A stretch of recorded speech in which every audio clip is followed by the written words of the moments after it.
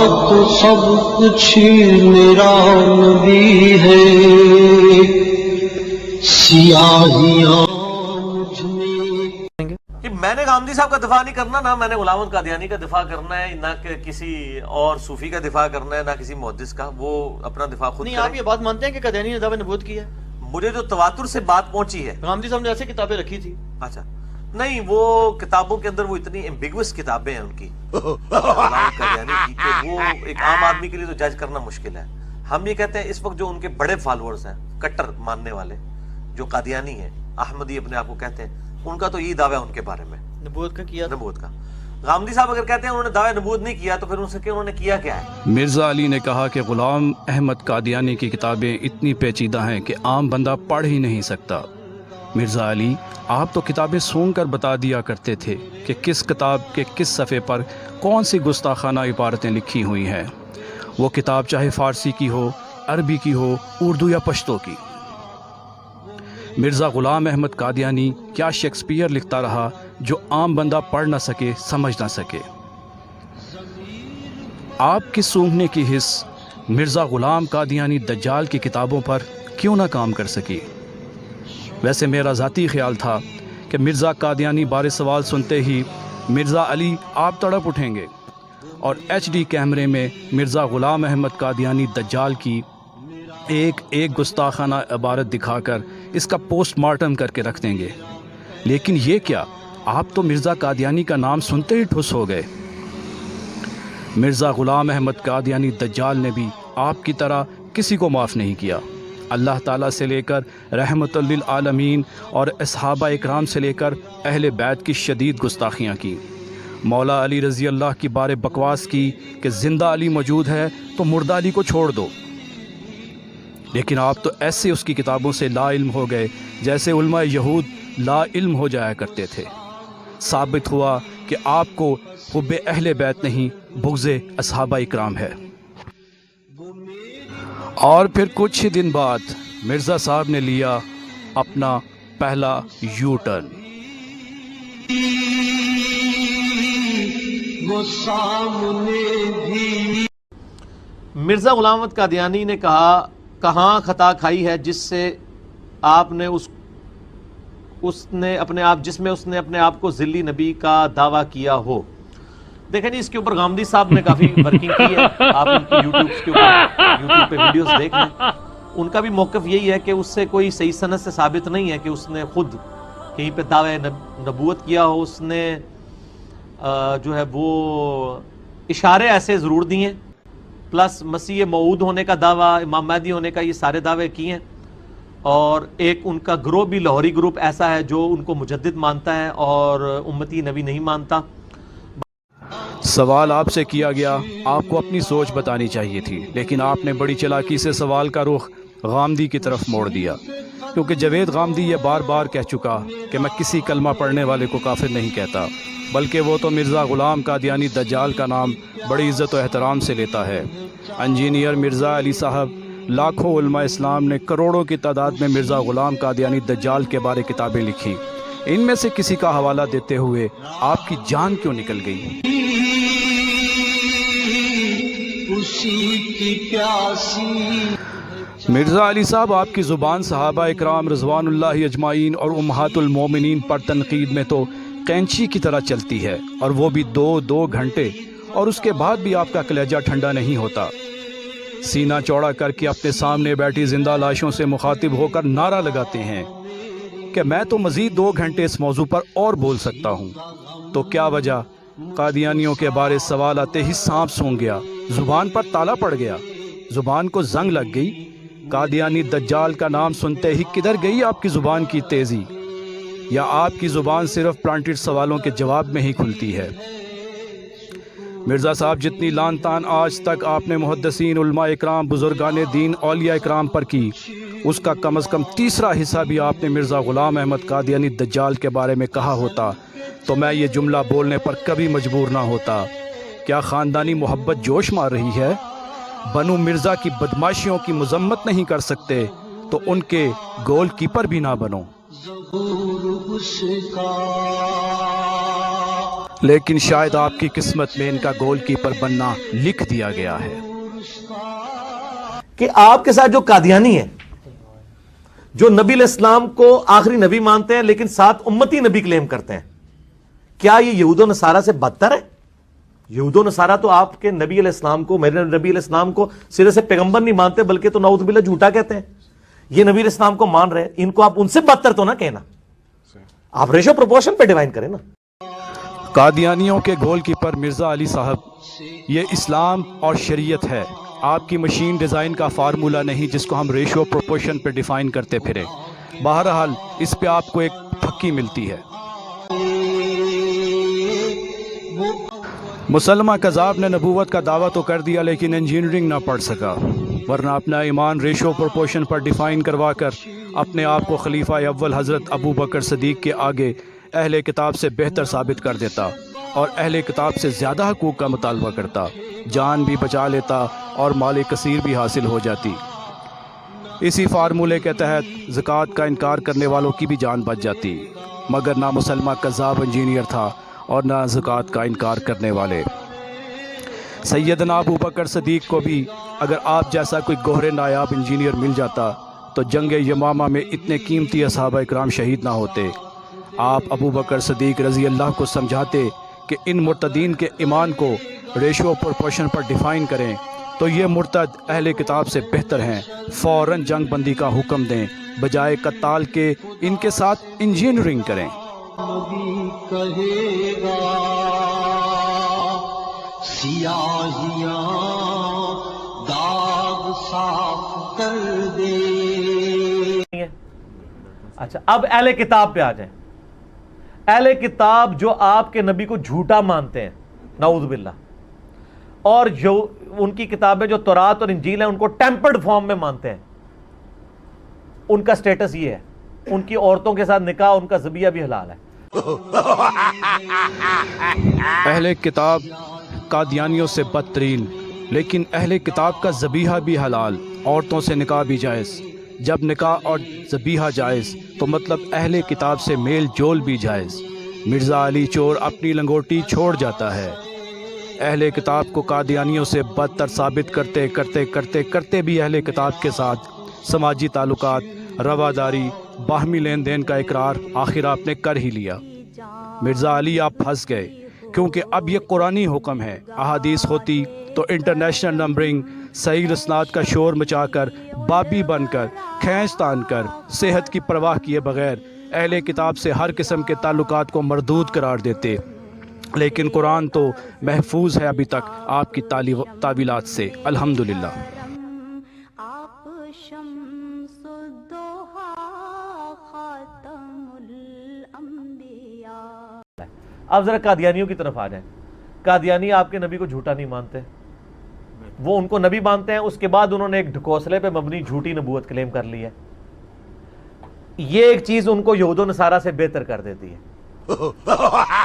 قادیانی قرآن کو مانتے ہیں، اب رہا عمل کرنے کی بات تو وہ بریلوی دیوبندی اہل حدیث شیعہ ماشاءاللہ جس طرح کا عمل اس کے اوپر کر رہے ہیں وہ بھی آپ کو پتہ ہے۔ نٹی گریٹیز میں جائیں تو ان میں بھی کہیں کہیں خرابی موجود ہے، جبکہ یہود و نصارہ قرآن کو سرے سے اللہ کی کتاب ہی نہیں مانتے۔ یہ جو دو بڑی چیزیں ہیں کہ نبی علیہ السلام کو ماننا اور قرآن کو ماننا، یہ چیزیں انہیں یہود و نصارہ اہل کتاب سے کیا بہتر نہیں کر دیتی ہیں؟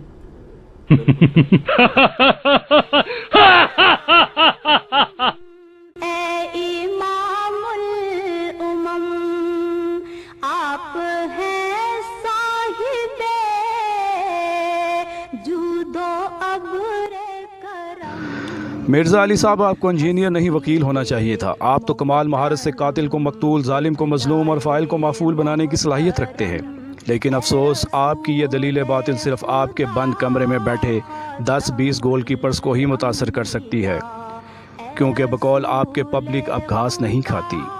اسلامی تاریخ اور احادیث کا معمولی سا طالب علم بھی یہ بات اچھی طرح جانتا ہے کہ ہمارے پیارے نبی اہل کتاب سے حسن سلوک کے قائل تھے، اس کے باوجود کہ وہ قرآن اور حضور کی نبوت کے انکاری تھے۔ بخاری شریف کی ایک روایت کہ نبی اکرم صلی اللہ علیہ وسلم نے گھر کے اخراجات کے لیے کسی یہودی سے قرض لیا اور رہن کے طور پر اپنی زرہ اس کے پاس رکھ دی، اور اسی حالت میں آپ صلی اللہ علیہ وآلہ وسلم کا انتقال ہو گیا۔ آپ صلی اللہ علیہ وسلم چاہتے تو کسی صحابی سے بھی قرض لے سکتے تھے، لیکن اس کے باوجود آپ نے یہودی سے قرض لے کر اس بات کی تعلیم دی کہ اہل کتاب کے ساتھ بھی ہمارا معاملہ ویسے ہی ہونا چاہیے جیسا کہ مسلمان کے ساتھ ہوتا ہے۔ معتبر روایتوں میں یہ بھی آیا کہ آپ صلی اللہ علیہ وسلم یہودیوں اور اہل کتاب سے ہدیے اور تحائف بھی وصول کر لیا کرتے تھے۔ سرور عرش سیرت نبوی کی اکثر کتابوں یہ واقعہ مذکور ہے کہ نجران سے ایک عیسائی وفد حضور صلی اللہ علیہ وآلہ وسلم سے ملاقات کی غرض سے مدینہ آیا۔ آپ صلی اللہ علیہ وسلم اور صحابہ اکرام رضوان اللہ اجمعین اس وقت عصر کی نماز سے فراغت کے بعد مسجد نبوی میں ہی تشریف فرما تھے۔ اسی درمیان عیسائیوں کی عبادت کا وقت ہو گیا، چنانچہ وہ عیسائی مسجد نبوی کے اندر ہی اپنی عبادت کرنے لگے۔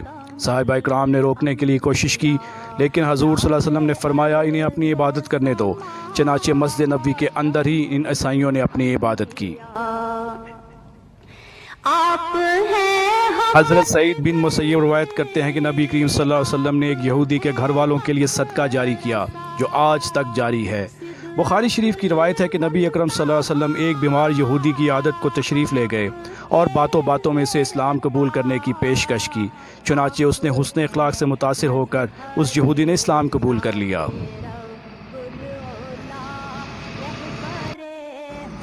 حضرت عمر رضی اللہ تعالیٰ عنہ نے غریب یہودی کے گھر والوں کے لیے بیت المال سے ماہانہ وظیفہ جاری کیا اور پھر یہ آیت پڑھی، بلا شبہ صدقہ فقراء اور مساکین کے لیے ہے، اور فرمایا کہ فقراء اور مساکین یہودی اور عیسائیوں میں بھی ہو سکتے ہیں۔ آپ شان مرزا علی کی بھرپور انجینئرنگ کے بعد جو ہمارے پاس مرزا علی کی قادیانیوں کے بارے آخری تھیوری سامنے آئی کہ قادیانی کافر ہیں لیکن اہل کتاب سے افضل ہیں، یعنی مسلمانوں اور اہل کتاب کے درمیان مرزا علی نے قادیانیوں کو فٹ کر دیا۔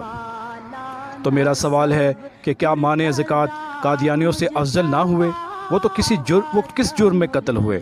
وہ تو اللہ کے رسول صلی اللہ علیہ وسلم کے ساتھ کسی اور کو نہیں مانتے تھے۔ ان کے قصاص کا مطالبہ کرنا چاہیے۔ مانع زکوٰۃ تو مرزا علی کی توجہ کے زیادہ مستحق ہیں۔ وجہ تخلیق کون و مکان آپ کے دم سے ہے یہ زمین آسمان۔ قادیانی فرقہ کو دعوت اصلاح، میں ان کو اسلام سے اہل سنت سے ٹوٹا ہوا ایک فرقہ مانتا ہوں۔ مرزا علی صاحب کی نہ کوئی دینی تعلیم ہے اور نہ اسلامی امور پر کوئی دسترس۔ اسلام اور شریعت کو ایک مشین سمجھ کر کھول تو بیٹھے، لیکن اب بند کرنے میں ناکوں چنے چبانے پڑ رہے ہیں۔ جھوٹ کے انبار، اپنے آپ کو طفل تسلیاں، باطل تعویلات اور سامنے بیٹھی چند زندہ لاشوں پر گزارا ہے۔ بات کچھ جمی نہیں، لیکن مرزا صاحب کا دل رکھنے کے لیے اتنا مان لیتے ہیں کہ مرزا غلام احمد قادیانی کی اپنی ذات پلید اہل سنت میں سے تھی، جیسے ابلیس لعین شیطان بھی کبھی فرشتہ تھا۔ گویا مرزا علی کا انجینئرنگ فارمولہ یہ بنا کہ جس طرح ابلیس لعین شیطان مردود قیامت تک لانتی ہو گیا، اس طرح مرزا غلام احمد قادیانی دجال قیامت تک لانتی بن گیا۔ جس کو فٹ اس کو گفٹ، نال پھکی ہوئی۔ الانبیاء میری جانب بھی ہو ایک نگاہ کرم اے شفیع الورا خاتم۔ صرف دو فرقوں کی تکفیر کرتا ہوں، ایک اہل سنت کا آف شوٹ قادیانی جو انڈیا پاکستان بنگلہ دیش میں پایا جاتا ہے۔ صرف دو فرقوں کی تکفیر کرتا ہوں، ایک اہل سنت کا آف شوٹ قادیانی جو انڈیا پاکستان بنگلہ دیش میں پایا جاتا ہے۔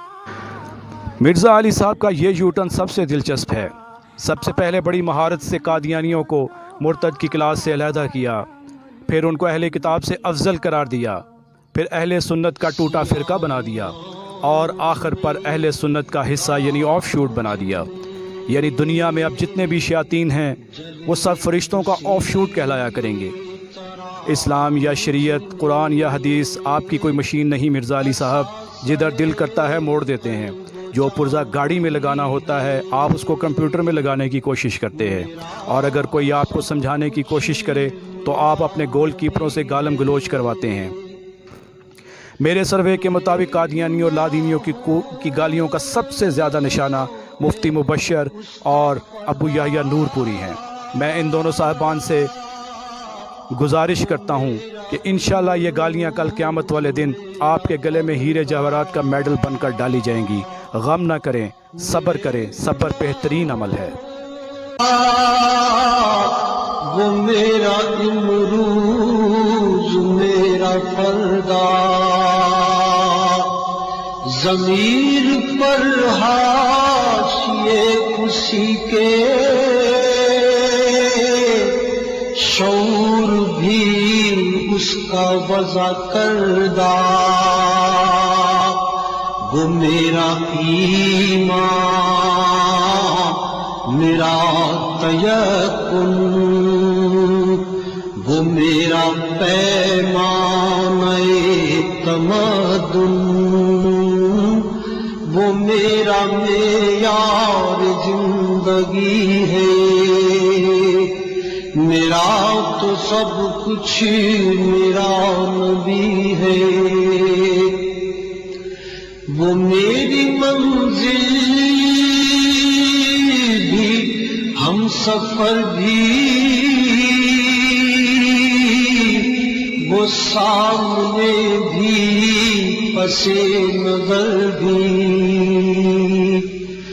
وہ میری منزل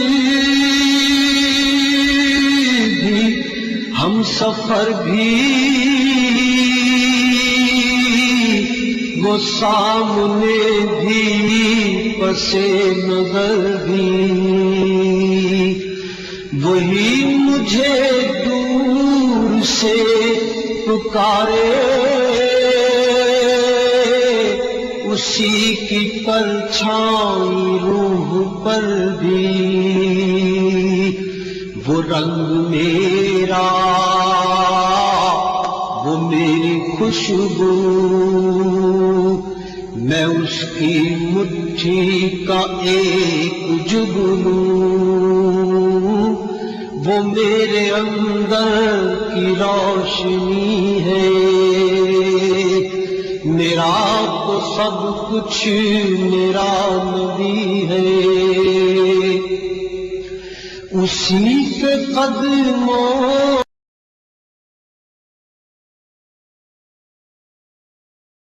اس کو بھی، اور ریئل اسلام چینل ہے اس کو بھی، اور ایک اور چینل ہے اسلام احمدیت، اس کو بھی آپ سبسکرائب کر لیں اور بیل آئیکن کو جو ہے وہ کلک کر دیں تاکہ انفارمیٹیو ویڈیوز جو ہیں وہ آپ تک جو ہے وہ جلد سے جلد آپ کو پہنچے اور آپ کے پاس نوٹیفیکیشن اس کا آ جائے۔ جزاک اللہ۔